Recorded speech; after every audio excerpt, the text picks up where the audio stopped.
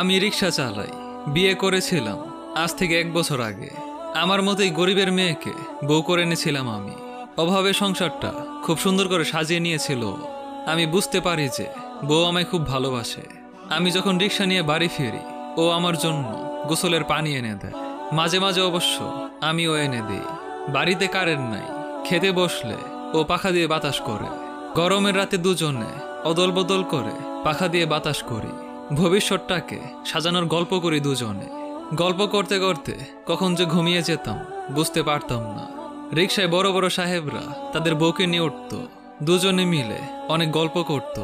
সাহেবদের কাছে শুনতাম তারা যেদিন বিয়ে করেছে সেদিন আসলে তারা অনুষ্ঠান নাকি পার্টি কি জানি করে। এইসব আমার জানা নেই। যখন শুনতাম আমার ইচ্ছে করত বউকে একটা শাড়ি কিনে দিতে। বউকে যে খুব ভালোবাসি আমি, কিন্তু পারি না। অভাবে সংসার, দিন আনি দিন খাই। তাই একটা মাটির ব্যাংক কিনেছিলাম। ওটাতে রোজ 2-4 টাকা করে ফেলতাম। দেখতে দেখতে অভাবে সংসারে আজ 1 বছর হয়ে গেল। আজ সকালে রিক্সা নিয়ে বের হওয়ার আগে বউ যখন রান্নাঘরে গেল, তখন বউকে না জানিয়ে লুকিয়ে রাখা মাটির ব্যাংকটা বের করে ভেঙে দেখলাম সেখানে প্রায় 480 টাকা হয়েছে। বাসা থেকে বের হওয়ার আগে বউকে বলেছিলাম আজ ফিরতে দেরি হবে। বউ মাথা নেড়ে বলে ভালো করে থাকবেন। চলে গেলাম রিক্সা নিয়ে। সারাদিন রিক্সা চালিয়ে সন্ধ্যা 7টায় মার্কেটে গিয়েছিলাম বউয়ের জন্য একটা শাড়ি কিনবো বলে। আজ রাতে বউকে দিব। ঘুরে ঘুরে অনেক শাড়ি দেখলাম, পছন্দ হয়, কিন্তু দামের জন্য বলতে পারি না। অবশেষে দোকানদারকে বললাম এই কাপড়টার দাম কত? 1500 টাকা। আমার কাছে তো আছে মাত্র 480 টাকা। তাই ফিরে আসলাম। মার্কেট থেকে বের হয়ে বাহিরে বসে থাকা দোকানদারদের থেকে 480 টাকা একটা শাড়ি নিয়ে বাড়িতে চলে আসি। মাঝে মধ্যে ভাবি এই দোকানগুলো যদি না থাকতো তাহলে কত কষ্ট হতো আমাদের মতো গরিবদের। ফুরফুরে মেজাজ নিয়ে বাড়িতে ঢুকলাম। অনেকদিন পর বউকে কিছু একটা দিতে পারবো ভাবতেই বুকটা খুশিতে ভরে উঠছে। রাতে খেয়ে ঘুমিয়ে পড়ার ভান করে শুয়ে আছি। 12টা বাজার অপেক্ষায় চোখ বন্ধ করে আছি। কল্পনার জগতে ভাসছিলাম বউকে দেবার পর বউ কি বলবে, কতটা খুশি হবে। রাত 12টা বেজে গেল। বউকে ডেকে তুললাম।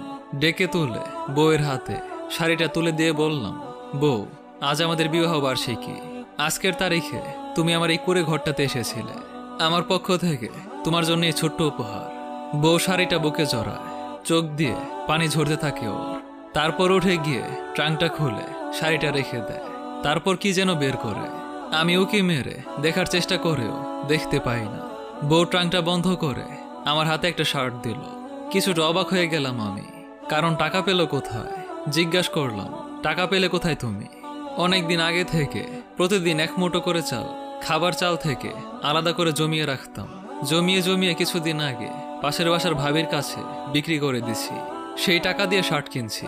ভাবছিলাম আজকে দিব, আপনি তো এসেই ঘুমিয়ে পড়লেন। তাই ঠিক করলাম কাল সকালে দিব। আমি কিছু বলতে পারলাম না, শুধু শার্টটা উল্টিয়ে পাল্টিয়ে দেখছিলাম। তারপর বললাম, শুনেছি বড় সাহেবেরা নাকি এই দিনই কেক কাটে। বউ বলে, আমাদের কত টাকা আছে? বউকে জিজ্ঞেস করলাম, বাসায় মুড়ি আছে? আছে।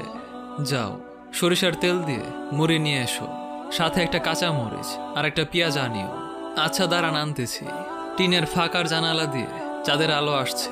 দুজন জানালার পাশে বসে মুড়ি খাচ্ছি আর আমাদের বিবাহ বার্ষিকী পালন করছি।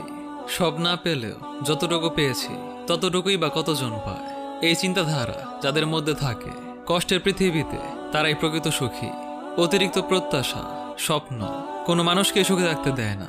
একটা মানুষ ঠিক তখনই অসুখী যখন মানুষটা নিজের যা আছে তা নিয়ে তৃপ্ত নয়।